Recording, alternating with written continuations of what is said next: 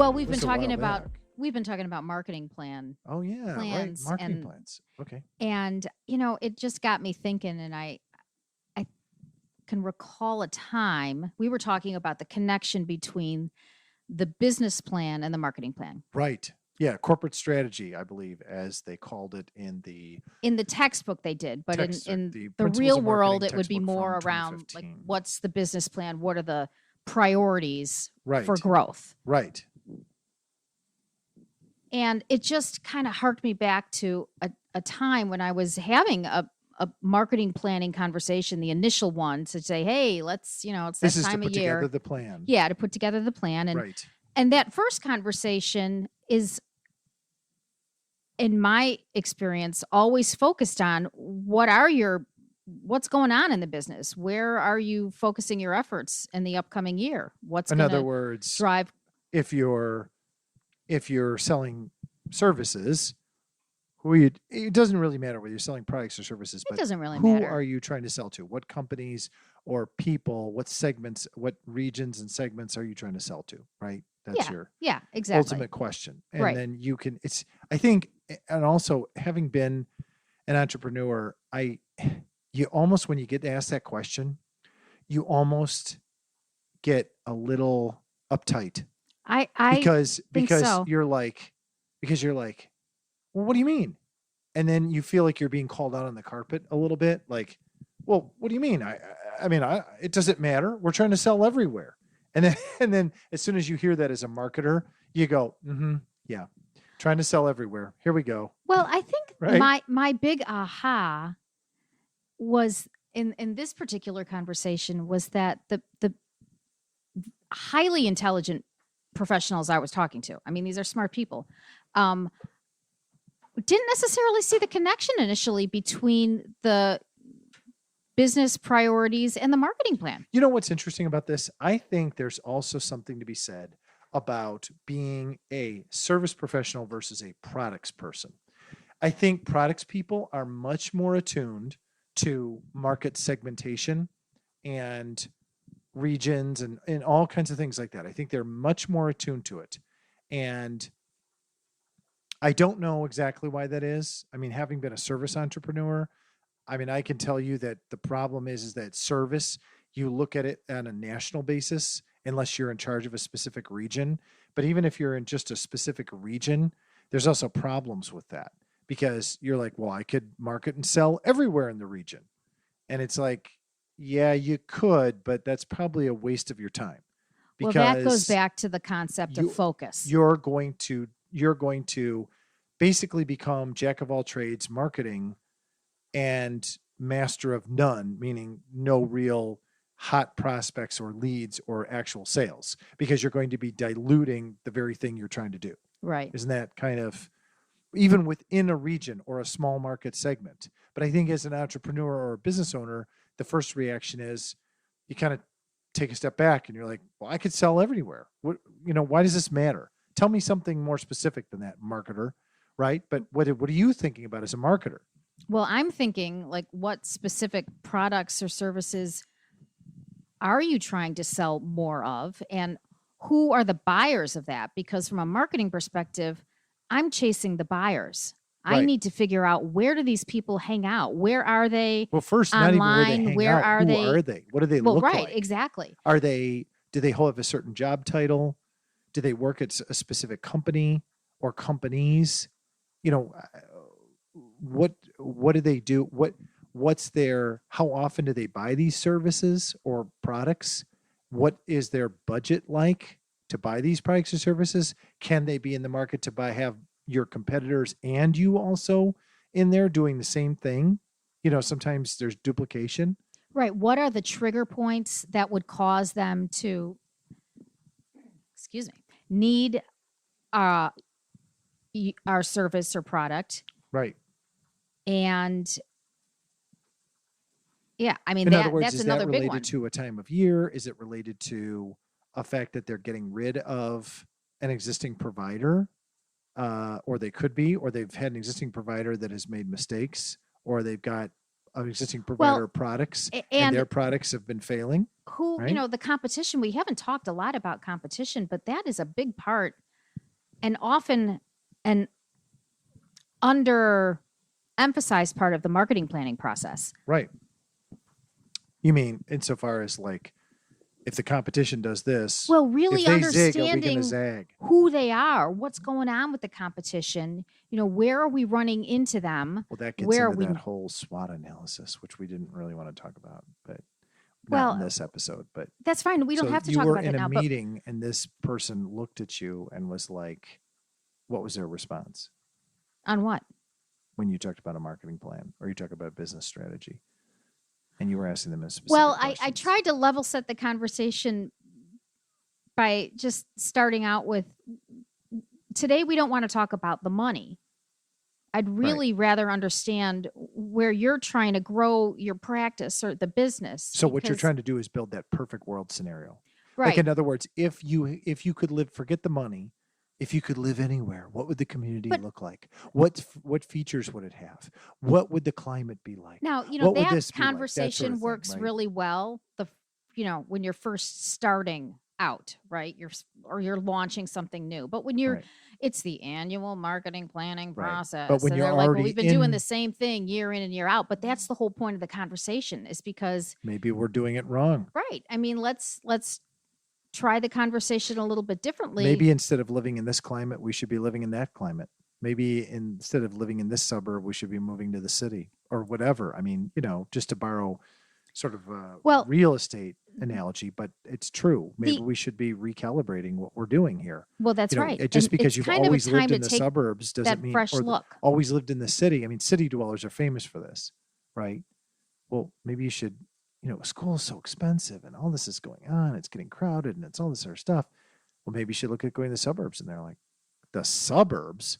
I would never go to the suburbs. Well, what am I going to do there? The suburbs. It's almost like a similar conversation that you'd have over the marketing plan and trying to talk about segmentation and say, well, what about these people? And I think that that's another delicate conversation that you have to have, right? And especially if your decision makers are not all in on marketing, they're kind of like, yeah, marketing, great, fine. We need sales. We need this to close. We need deals. What was interesting, and we're kind of using this as a case study, I guess, today, but the other part of that business planning conversation is, where do you want to focus from a product or service perspective? Do we have the ability to deliver the service?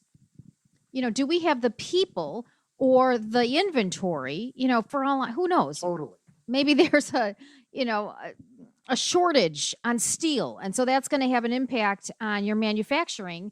And so even though we would love to grow that product line, we're really not going to have the ability to do that because we're not going to have the products.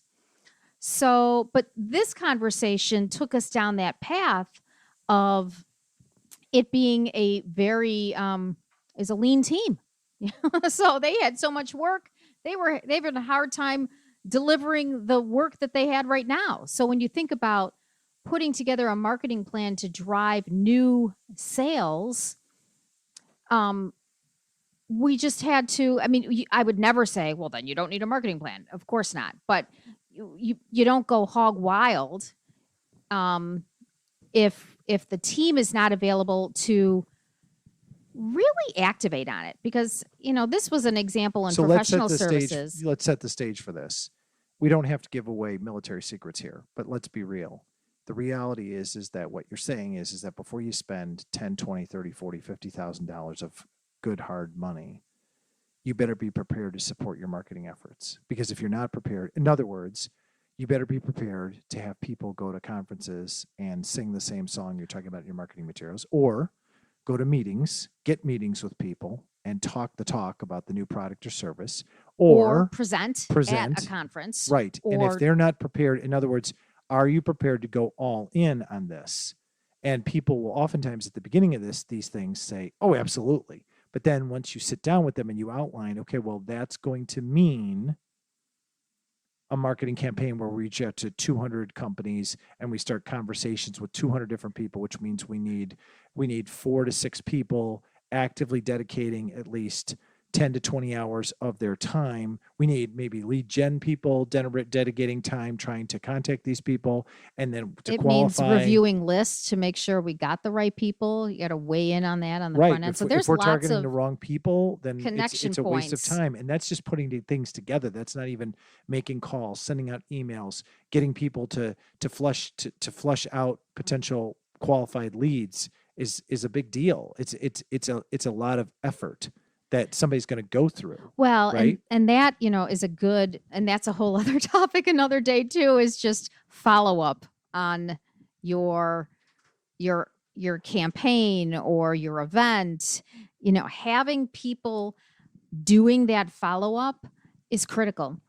And I think that's definitely one of the areas that falls short in many organizations is the follow up around, really it's on campaigns and events, conferences, I'd say, in person or virtual. So, but that goes back to the bandwidth of the team that you're working with. Is, in order to do follow up, you've got to commit resources. That's the first thing. And ask whether you have the resources. It's not whether there's actually, when you talk about follow up, there's a whole bunch of things you can talk about because I've experienced this firsthand. But really, right, first and foremost, it's, do we have the bodies to be able to commit to this? Let alone which is a delicate conversation. The bodies who are willing to actually do it. Like, in other words, everybody can sit there and say, oh yeah, I got a staff of X number of construction people in the office that normally they're engineers. And they handle all of our residential side of building, and yeah, they'll be available. Okay, are they going to send the emails and make the phone calls? Yeah, they could do that, definitely. Really? So you're going to have engineers try to start to have lead gen qualification conversations? Well, what do you mean? They're smart. They can do it. I'm sure they are very smart, but are they going to be willing to be hung up on? I've worked in an engineering firm, and that's not their forte. Are they right? Are they going to, just because you have 6 engineers that are present and accounted for, does not mean that they are willing to do the follow up on the campaign. But that's the disconnect in the marketing plan that the marketer is trying to get to. And those are ugly conversations that you have to have, because you have to have, and I think really this is what we're getting to some degree about the marketing plan.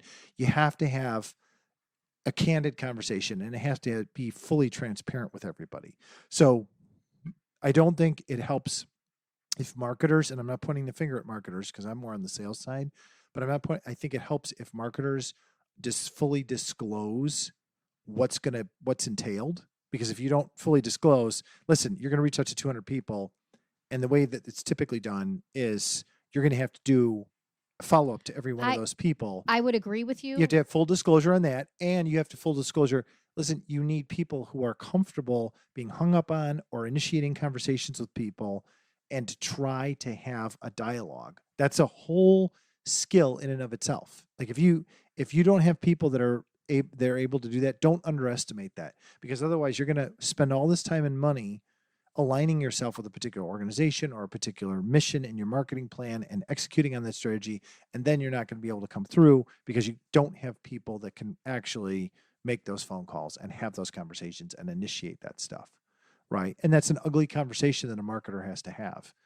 And I think oftentimes marketing can get swept away being told, yeah, we'll deal with that when it comes down. Well, because it sounds like a great idea. You put in the marketing plan, you're going to do this and you're going to do that. It's all, this is the way we're going to pick. We're going to execute on this, and I'm going to speak at this conference, and we're going to have a campaign around the conference, but we're also going to have an initial campaign, and then we're going to have a follow-up campaign after the conference. Here's what it's going to be. And now you spent $40,000 or $30,000, including the pre-conference, the conference, the expenses, and then the post-conference follow-up. So 3 times around one event, $30,000. Not unusual to spend that. It could be $2,000 depending. But the point is, it's all relative on the dollars. But marketing plan would sit there and say, okay, here's a strategy. You're going to go to this segment. And as one of the big things we're going to do, there's an event that's coming up. you're going to speak at that event, assuming you can become, oh, I know this guy. We've been in this organization for the last 10 years. I know for sure I can speak at the event. Okay, great. You're going to speak at the event. That's awesome. Let's do a campaign around how much we care about this association, or how much we care about this organization, or how much we care about the industry. Great. We'll do that. That'll evidence our abilities, our technical prowess, whatever. And you say, we're going to do a pre, and then lead up to that. This is how much we care. And then a event, and we're going to attend, and we're going to speak, and we're going to press the flesh there. And then we're going to do a post. And the post is look at what we accomplished. We spoke there and everything was great. And it evidenced our commitment to the industry or what have you, the association, whatever. Okay, that's going to take a fair amount of manpower to do that. And I think marketing, to have that conversation, it's one thing to get seduced away, right, by the association, whoever's saying, yeah, you can speak at the event. That's great. But then it's another thing, if you want to execute on all this stuff, how are you going to do it? Yeah, and those are definitely tricky conversations. You don't And that want all to do goes them into in the a group marketing plan, setting. right? That all goes into the marketing plan. It depends on how baked your plan is. I mean, the plan is intended to be a roadmap for the upcoming year, so you definitely want the big so we're going to have the big event that you're going to have the pre, the during, and the post. Yeah. Yeah, but you probably wouldn't get that granular when you're doing the planning. Okay. You know, if the show is in December and you're planning in February, you're probably not going to start that conversation until June or July. Right. But the point is, you've got to make note of it because you're putting significant resources and money into it. Right. So you had this conversation with this person, and no, they seemed sort of like, and I'm kind of harking back. Why are you asking me this? Right. A little bit, and the conversation immediately went to, well, how much did we spend in our budget last year, and how much are we going to spend this year? And I'm like, well, it wasn't exactly where I thought the conversation should go immediately, because that just takes it down to, well, rinse and repeat. We did it last year. Let's do it again. Right. So what you're trying to do in this marketing plan is you're trying to get back to the corporate strategy, which is like, is this our market segment, our people that we really want to be talking to? Yeah. I mean, the people, the products, the services, whatever you're selling. Right. Has it changed? Right. That's really your threshold Where question. did you get your business from? What drove business this year? Right. Was it, because you could build strategies around, well, you know what? Actually, most of our business came from referrals. Ah, okay. Well, who were the referrals? Existing clients or customers, or is it, other referral and I think, sources? Can I just say this as a business owner? I think that the hard part about this conversation too is that you as a marketer want to close down avenues. You want to close the world. You want to close it down. Because we do want to focus in. You want to focus. You want to focus. But as a business owner, you're ready to go hither and yon, wherever. So if suddenly you got a phone call or an email from somebody that's not even in a territory you planned on covering, you're not going to turn it away. You're like, great. That's awesome. That's in the Northeast. And I would love to have that. We've been in the Midwest and we've been in the Northwest forever and a day. It's in the Northeast. That's not really where we want to focus. But you know what? And as an entrepreneur, you're suddenly like, wait a second, that's a significant win. We need to retask our marketing efforts. Forget the plan. We want to retask our efforts. This is what we want. This is where we want to go. But what you're saying is be careful, because is that a one-off or is that a constant? Right. You know what I mean? Right. Like I wouldn't recommend redeploying all your marketing efforts because you got one opportunity in a geographic market that's not even your focus. But as an entrepreneur, you sit there and you think to yourself, you've got mouths to feed or a mouth to feed. But you also think to yourself, oh, there's a toehold. And to borrow a climbing analogy, there's a toehold. Right. I've got a toehold in this mountain. That's a toehold that you think makes sense. Right. I mean, if you could suddenly be careful what you wish for. Right. Is that what you're saying? Yeah, that is what I'm saying. So you had this conversation with this guy, and it just harked you back to like, okay, we're doing rinse. It harked me back to the challenge of marketing planning and helping everyone understand the importance between understanding the business priorities and the marketing priorities, and that they are Intertwined. very, very intertwined. And I think that a lot of people outside of marketing don't understand that or don't see it. I'm not saying they're not smart. It's just not their world. And maybe marketing is the one that needs to do a better job of articulating why that's important. Right. I think we do. I Well, mean, now that I'm thinking about it. yeah, well, because I think I mean, I think we try and explain it, but sometimes you got to say things multiple times for it to really. you have to say it in multiple ways. Yeah, yeah. So, yeah, that was really just the point that it's an area that continues to need work for small companies and big companies. What is? What do you mean? Understanding the connection when you're talking about building a marketing strategy, how important it is that the marketing strategy be built on the business. It's almost like what you're priorities. saying is that the business priorities have to come first and foremost. The marketing can take a back seat, and later on, you'll deal with it. You'll get to that eventually, but really, it's Well, I almost think you're like right. I mean, I've been in numerous conversations where the conversation was very much at the business strategy level. And they're like, you know what? We're not quite ready for marketing yet because we're still figuring it out. We're figuring out what markets we want to expand into, what products we're focusing on. And, those are great conversations for marketing to listen to at the right time, not through all of it. But maybe towards the end as you're getting a little bit more solidified because it helps it us. occurred to me as I'm listening to you talk. It occurred to me, and this goes back to what I said just a minute ago, but I want to reinforce it. The problem with an entrepreneur, especially when you don't have a steady business stream and you're starting out, and it doesn't really matter whether you're a licensed professional entrepreneur or just a business person who's an entrepreneur, what happens is you've got obligations, you've got financial obligations, you've got things that you need to do and bills you need to pay, and you are like, I don't really want to narrow my world. I don't want to focus this much, even though I know that would be great in a perfect world, or in a world where we had existing sales stream, we had existing revenue, we had existing. But if you're just starting out, you're like, look, I don't have that existing stream, and Right. I've got to go where I've got to go. And so a marketing plan seems almost a little too focused. And so could we say that maybe if you're an entrepreneur, that you either have to have no marketing plan or you have to have a very flexible, fluid marketing plan? Well, remember, a plan can be as wide or as narrow as you want it to be. Right. So, I mean, Well, but if you sit there and say, listen, we make this product or we sell these services, and you say, we're going to focus because, and I've done this because this is where everybody focuses their efforts. They focus their area. Let's say you were an auto parts manufacturer and you would focus your efforts on Detroit, even though Detroit's long in some ways gone, but you'd focus on the big three, mhm. and you'd focus your sales on them and where they are.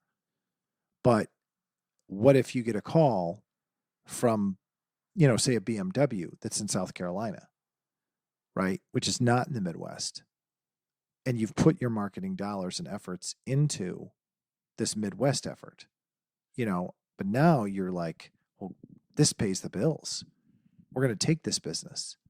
So should we retask our stuff that we outlined in our marketing plan to this South Carolina area? Because there's probably another manufacturer there too. There's probably, or Louisiana, wherever they make Mercedes. You know what I mean? Like, now all of a sudden it's like, wait a second, we sell this circuit board or whatever, and we were concentrating on the big three, but we haven't even gotten any nibbles. We think that there's a great market there. We're an American company. They're an American company. They want to do business with us, right? Well, I think that's right. So that could lead you down, would I change the marketing plan day one? No. Right. But I would do research. If we said, "Hey, we're selling this was a aftermarket supplier or a second tier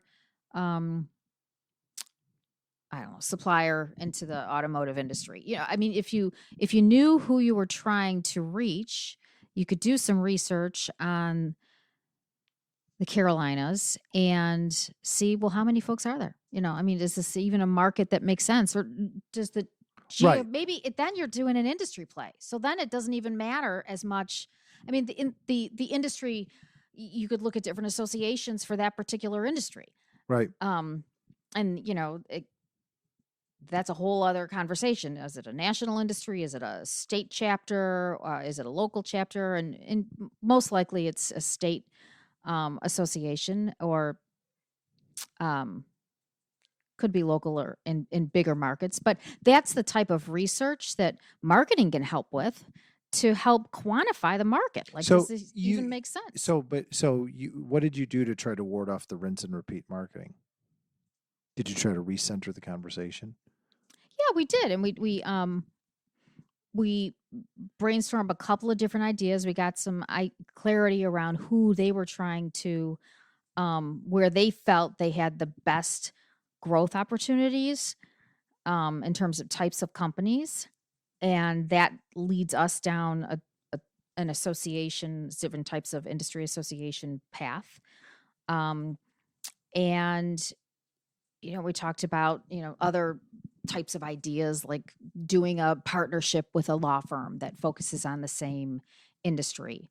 And so we explored some different ideas. And again, this was, your first conversation. So, And it's tough. I think the other thing that's difficult is, this is the ugly part of it too, is that as the person who's in charge and sort of directing marketing, you're kind of like, you start to feel the insecurities of making your decision. And the insecurities are, okay, wait a second. If the easiest is to rinse and repeat here, because we've gotten some business, not a ton, but I'm going to, if I divert from where we've been going, and that's where marketing has to provide some advice. If we divert from where we've been for the last 3-5 years, and we suddenly make a detour because the numbers aren't showing what we're doing in our investment, but boy, it could pay off any day. But you know what? Sometimes it's not a divert. Sometimes it's a tweak. Right. You look at, you might be in the right place. Right. And it's just how you've been showing up. Right. Maybe maybe you've just been. Because I'll never forget, I had a conversation with a guy who I was looking at more as a center of influence rather than a direct buyer of services. And I had this conversation with them going back a number of years. And I said, so you go to this organization, you go to the association's stuff all the time. And I said to him, how much business have you gotten out of that?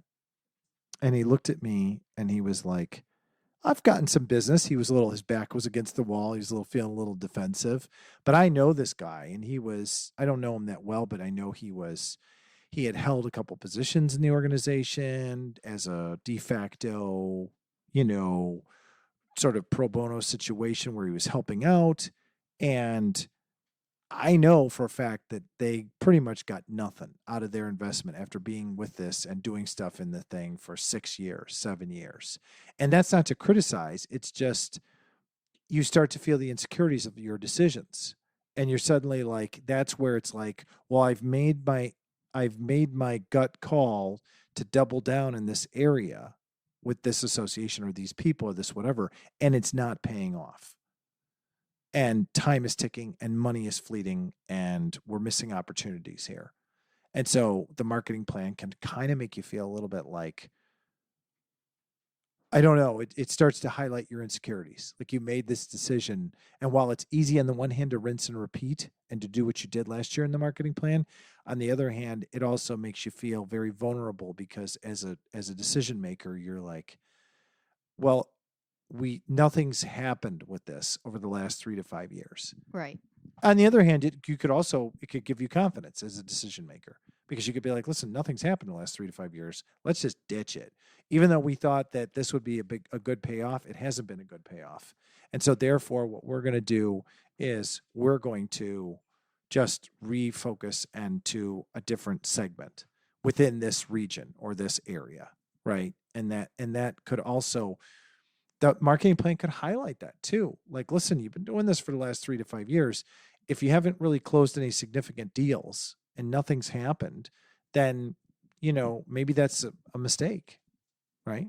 Yeah, no, I would agree. I mean, listening to you talk, it made me just think that we're making it sound like the marketing plan conversation is a once a year conversation. But I mean, that should not be the case. There should be regular, ongoing conversations happening Where you between revisit it. marketing, right, and people in the your boss, the owner, operations, the management, everybody. whoever's Yeah. running the practice, and really revisit and make sure things still make sense. Right.